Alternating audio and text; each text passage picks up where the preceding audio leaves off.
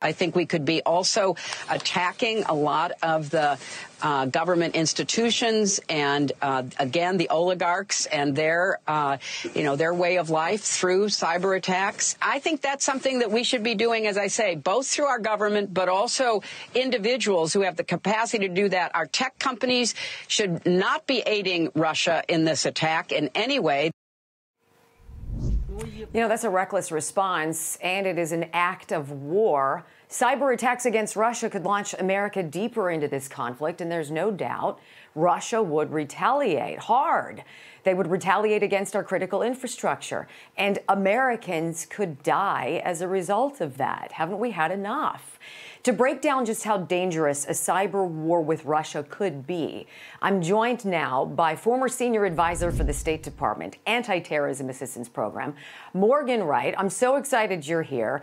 Welcome. You know, a lot of us don't really understand what a cyber war would even involve. Like when I think of cyber, I think somebody steals my credit card number. Right. We're talking about something way bigger than that. So talk to me, walk me through this. So, up until like Colonial Pipeline, every time somebody heard about cyber, warfare or, any kind of cyber threat, it was always in the shadows. Somebody got hit by ransomware. Somebody hit this. But when we saw people standing at the pumps, when we started running out of fuel, it started becoming real. Even though there was no shortage of fuel, people perceived it was real.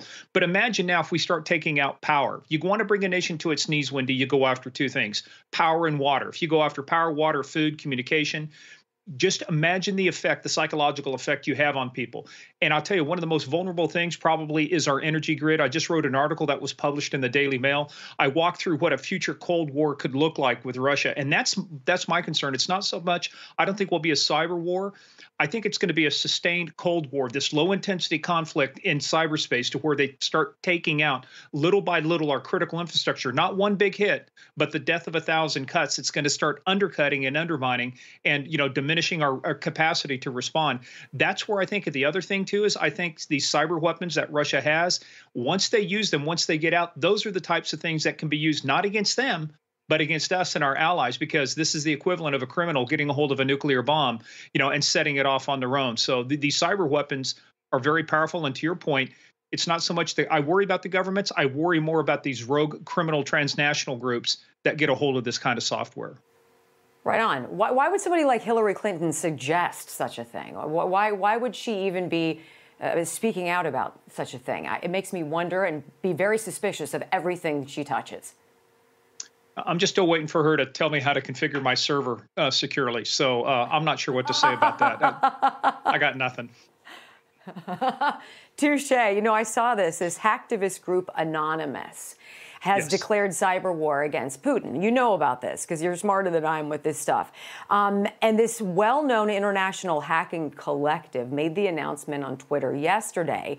And shortly after, they claimed responsibility for taking down Russian government websites, including the Kremlin. Is that verifiable? I mean, does this happen? Yes? It does.